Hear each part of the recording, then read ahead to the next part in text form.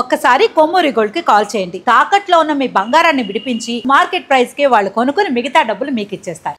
Welcome back to మనం TV. నేను మీ పవన్ బేస్వాడ. మాతో పాటు సీనియర్ జర్నలిస్ట్ కట్టా కార్తిక్ గారు ఉన్నారు. అన్న నమస్తే. నమస్తే Pawan. Boycott Turkey, boycott Azerbaijan, boycott Istanbul, ఇది సోషల్ మీడియాలో ప్రస్తుతం ట్రెండ్ అవుతున్నటువంటి హ్యాష్ ట్యాగ్స్. అయితే ఓన్లీ హ్యాష్ ట్యాగ్స్ కాదు, నీ ఫ్యూచర్ నాకు అర్థమైపోతుంది అని టర్కీతో మనం ఇప్పుడు చెప్పచ్చు.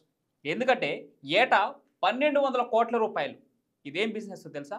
ఓన్లీ పండ్ల వ్యాపారం. భారత్తో టర్కీకి ఉన్నటువంటి వ్యాపారం. ఇకపోతే ఇప్పుడు 250% ప్రయాణికులు టర్కీలో ఉన్నటువంటి మెయిన్ సిటీస్ మనకు తెలుసు కదా, టాలీవుడ్ నుంచి బాలీవుడ్ నుంచి హీరోస్ వెళ్ళి ఇస్తాంబుల్లో అక్కడ ఇక్కడ షూట్లు చేసుకుంటూ ఉంటారు. అట్లాంటి షూట్లే కాకుండా ఇప్పుడు పర్యాటకులు, టర్కీని సందర్శించే భారత పర్యాటకులు 250% మంది పర్యాటకులు టర్కీకి తమ ప్రయాణాన్ని రద్దు చేసుకున్నారు. ఇది ఎందుకో తెలుసా? పాకిస్తాన్కి పబ్లిక్గా మా సపోర్ట్ అందజేస్తున్నామని చెప్పేసి టర్కీ అధ్యక్షుడు ఎర్దోగాన్ క్లియర్గా ప్రకటించినందుకు, మంచైనా చెడైనా మేము పాకిస్తాన్తోనే ఉంటాం అని ఎర్దోగాన్ నిన్న చేసిన ఒక ప్రకటన ఈరోజు ఆ దేశానికి దెబ్బపడింది పర్యాటకంగా. దీనిపైన విశ్లేషిద్దాం కార్తిక్ అన్నతో. కార్తిక్ అన్న, చెప్పండి, టర్కీ పరిస్థితి ఏంటి? ఫ్యూచర్ మాకు కనిపిస్తుంది టర్కీది. ఇలానే కొనసాగితే టర్కీలు భవిష్యత్తులో భారత్తో ఉన్నటువంటి దౌత్య సంబంధాలు ఎంతవరకు దెబ్బతినే అవకాశం ఉంది?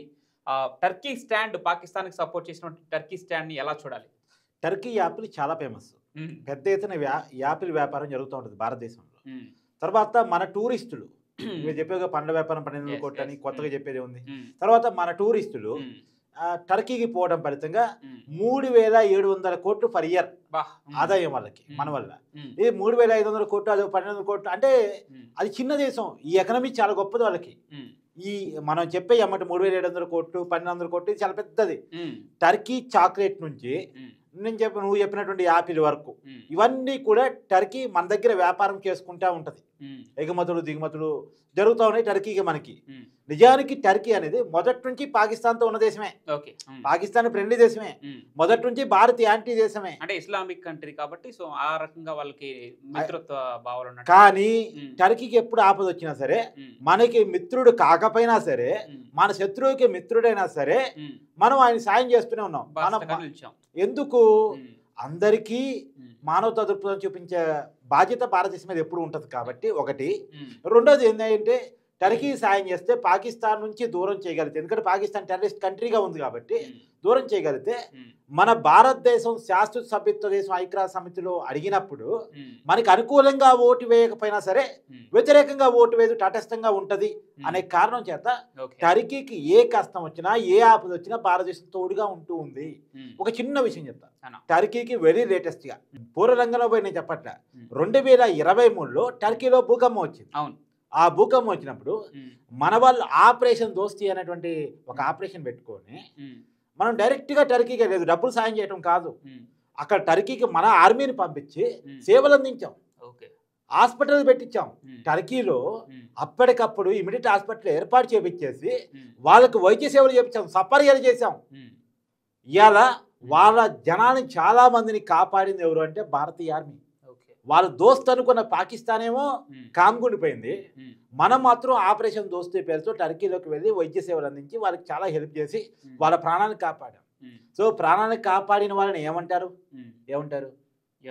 దేవుడితో సమానం అంటారు. అంతే కదా, ఒక ప్రాణాన్ని కాపాడినటువంటి వ్యక్తిని దేవుడితో సమానం అంటారు. మరి అంత సహాయం చేసిన మనకి ఇలా ఓకే పాకిస్తాన్ సపోర్ట్ చేసుకోబ్బా, నీ బుద్ధి అది, నీ ఉద్దేశం ఏదో అనుకున్నప్పుడు పాకిస్తాన్ సపోర్ట్ చేసుకో కాదని లేదు. కానీ ఇలా పాకిస్తాన్తో కాదుగా భారత్ యుద్ధం, పాకిస్తాన్లో ఉన్న టెర్రరిస్టులతో కదా. ఆ టెర్రరిస్టు సపోర్ట్ కదా పాకిస్తాన్ వచ్చింది యుద్ధానికి.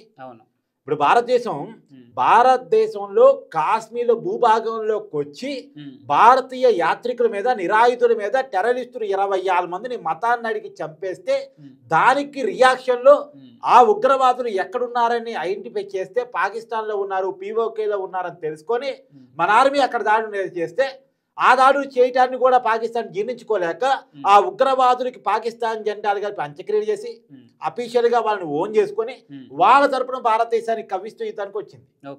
ఇప్పుడు ఉగ్రవాదుల తరపున పాకిస్తాన్ వచ్చింది. ఇప్పుడు టర్కీ అనేది పాకిస్తాన్ని విభేదించారు కదా, నువ్వేంటి ఉగ్రవాదుల పక్షాన పోతున్నావు, తప్పు కదా. పాపం కదా, ఒక భారతీయులు చంపారు కదా, అందుకే కదా భారతదేశం నీ దేశంలోకి వచ్చి ఉగ్రవాదం చంపింది. వాళ్ళు నీ దేశ సైనికులు ముట్టుకోలేదు కదా, నీ దేశం పౌరులను ముట్టుకోలేదు కదా, వాళ్ళు లష్కర్ ఏ తోయిబా హెడ్ ఆఫీస్ మీద కదా దాడి చేసింది, వాళ్ళు జైషే మహమ్మద్ హెడ్ ఆఫీస్ మీద కదా దాడి చేసింది అని చెప్పాలి కదా.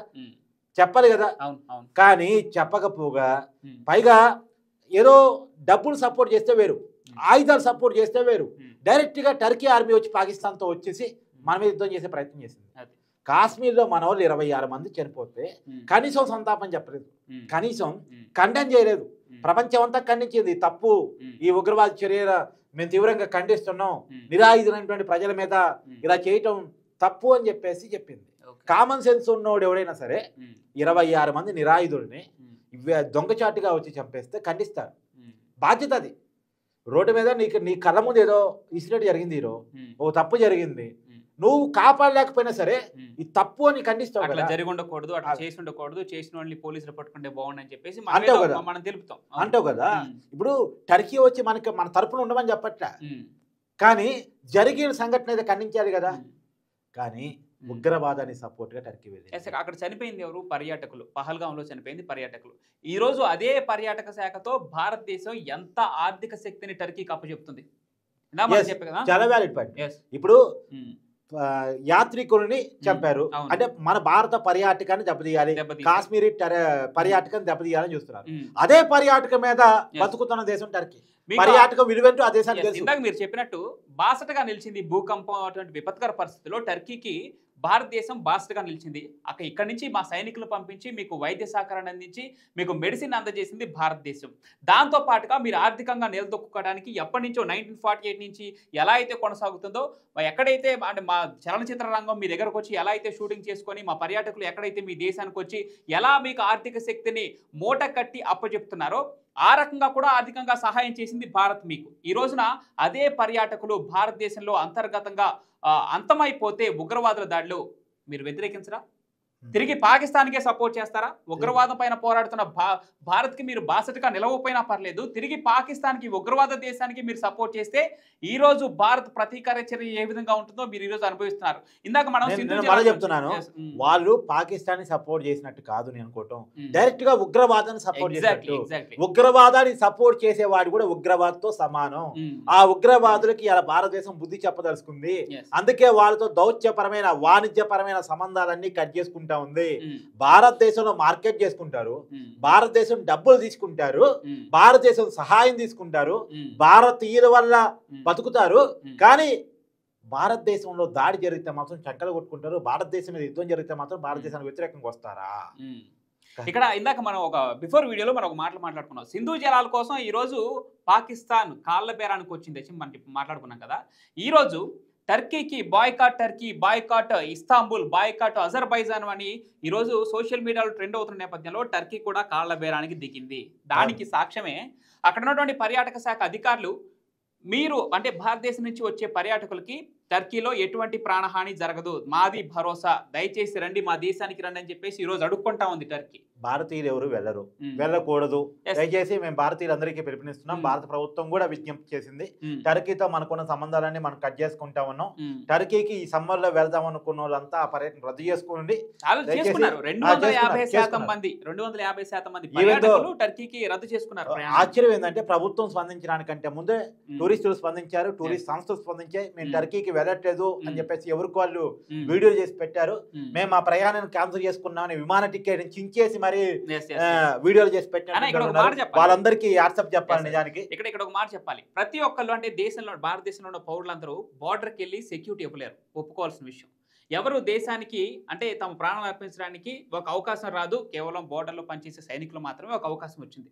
కానీ భారతదేశంలో భారతీయ పౌరులకు వచ్చిన ఒక సదవకాశం ఏంటంటే భారతదేశానికి వ్యతిరేకంగా ఉగ్రవాద దేశానికి సపోర్ట్గా నిలిచినటువంటి ఒక దేశానికి భారతదేశం తరపున పర్యాటకంగా వస్తున్నటువంటి ఒక ఆర్థిక వృద్ధిని అడ్డుకోవటం కూడా దేశానికి చేసే ఒక సేవే. దానికి ఉదాహరణ ఈ రోజు నేనేమంటానంటే పవన్, టర్కీని క్యాన్సిల్ చేసుకోండి, కాశ్మీర్కి పోయిరండి. కాశ్మీర్కి వెళ్ళొద్దు, కాశ్మీర్కి వెళ్ళటానికి భయపడాలి అని చెప్పేసి పాకిస్తాన్ ఆ పని చేశాడు. వాడికి మనం భయపడేది పని లేదు. పిడికలు బిగించి వెళ్ళండి, మన ఆర్మీ మనకి రక్షణగా ఉంటుంది. వాళ్ళు దొంగచాటుగా వచ్చి చేయగలిగాడు. కాబట్టి నేనేమంటున్నానంటే కాశ్మీర్కి వెళ్ళండి, పదే పదే వెళ్ళండి, ఎక్కువ మంది వెళ్ళండి. కాశ్మీర్ మనది, మన అంతర్భాగం, మన భూతల స్వర్గం. టర్కీ కంటే, ఇస్తాంబుల్ కంటే, ఇవన్నిటికంటే కూడా కాశ్మీర్ చాలా బాగుంటది. మినీ సింగపూర్ అంటారు కానీ మినీ సింగపూర్ కాదు, అంతకన్నా కూడా అద్భుతంగా ఉంటది. ఆ లోయలు, ఆ కొండలు, అసలు ఒక రకంగా భూతల స్వర్గం, భూతల స్వర్గం కాశ్మీర్. ఖచ్చితంగా అందరూ భారతీయులంతా కూడా మన కాశ్మీర్కి వెళ్ళండి. మన దేశంలో ఉన్నటువంటి పర్యాటక ప్రాంతాలను అభివృద్ధి చేయడానికి మీరు అంతా సహకరించండి. మన దేశ ఆదాయాన్ని మన దేశానికి వచ్చేటట్టు చేయండి. పక్క దేశాలకి పెట్టకండి, అందులో మన శత్రు దేశాలకి పెట్టకండి, దుర్మార్గులకు పెట్టకండి, ఉగ్రవాదులకు పెట్టకండి, ఉగ్రవాదులకు సపోర్ట్ చేసే వాళ్ళకి పెట్టకండి, అలాంటి వాళ్ళకి సహకరించకండి. భారతీయ బిడ్డలుగా మీరంతా బోర్డర్లోకి పోయి రక్షణ కావాల్సిన అవసరం లేదు, కనీసం ఈ పని చేయండి. మనం టీవీ తరపున టాలీవుడ్ ఇండస్ట్రీకి కూడా మనం టీవీ ఒక రిక్వెస్ట్ చేస్తూ ఉంది. దయచేసి ఇస్తాంబుల్ లాంటి ప్రదేశాలలో షూటింగ్ తీయడం ఎక్కడైనా ఆపండి, ఎందుకంటే కాశ్మీర్లో తీసుకోండి. దానికి మేము మా ఆడియన్స్ కూడా, తెలుగు ప్రేక్షకులు కూడా ఆదరిస్తారు మిమ్మల్ని. ఇక నుంచి తెలుగు సినిమాల్లో టర్కీ ప్రదేశాలు కానీ, పాకిస్తానీ ప్రదేశాలు కానీ, మన శత్రువుల ప్రదేశాలు కానీ షూటింగ్లు జరిగాయి అని మనకు తెలిస్తే ఆ సినిమాని బ్యాన్ చేసి పడే. ఆ ఏ హీరోయిన్ పర్లేదు, మన అభిమాని హీరోయిన్ పర్లేదు, దేశం కంటే ఇది ఎక్కువ కాదు. కాబట్టి అలాంటి సినిమాలు బ్యాన్ చేసేయండి. ఖచ్చితంగా మన కాడ మాత్రమే, మన ప్రదేశాలను మాత్రమే హైలైట్ చేసేలాగా సినిమాలు తీయాలి. సినిమా ఇండస్ట్రీ కూడా దాన్ని ఆలోచించాలి. మన మధ్య లాస్ట్ టైం ఒక మీటింగ్ జరిగినప్పుడు రేవంత్ రెడ్డి గారు కూడా చెప్పారు, అయ్యో మీరు తెలంగాణలో ఉంటారు, ఇక్కడ అన్ని రకాల సౌకర్యాలు పొందుతుంటారు, తెలంగాణలో ప్రాంతాన్ని చూపించడానికి ఇబ్బంది పడతారు, మీరు ఎక్కడో అమెరికాలో పోయి షూటింగ్ చేసుకుంటారు, లండన్లో, సింగపూర్లో చేసుకుంటూ ఉంటారు, మనకు అద్భుతమైన ప్రదేశాలు ఉన్నాయి, మన ఏరియాని ప్రమోట్ చేయండి అన్నారు. ఖచ్చితంగా మన ప్రాంతం, మనం ఏ ప్రాంతంలో అయితే ఉంటున్నామో ఆ ప్రాంతం, మన దేశంలో ఉంటున్న సుందర ప్రదేశాలు, పర్యాటక ప్రదేశాలు, వాటిని ప్రమోట్ చేసేలాగా మన సినిమాలు ఉండాలి. వాటిలోనే షూటింగ్లు జరగాలి. ఆ రకంగా మన సినిమా వాళ్ళు ప్లాన్ చేసుకోవాలి. ఎక్కడెక్కడో ఇప్పుడు ఈ సినిమాలో కంటెంట్ ఉండాలి కానీ లండన్లో ప్లేస్ చూపిస్తేనే సినిమా హిట్ అయింది, లేదు ఇస్తాంబుల్లో ప్లేస్ చూపిస్తేనే సినిమా హిట్ అయింది, ఇది కాదు. రైట్ చూస్తున్నారు కదా, టర్కీకి చుక్కలే. భారత ప్రభుత్వం చర్యలు తీసుకోకుండా భారత పర్యాటకులు తమ ప్రయాణి రద్దు చేసుకుంటేనే ఈరోజు మీరు ఆర్థికంగా ఇంత వెనకబడిపోతున్నారు. రేపొద్దున భారత ప్రభుత్వం మీరు పాకిస్తాన్కి సపోర్ట్ చేసినందుకు గాను భారత ప్రభుత్వం ఏదైనా చర్య తీసుకుంటే నిజంగానే టర్కీకి చుక్కలే. Thank you. కీప్ వాచింగ్ మనం టీవీ.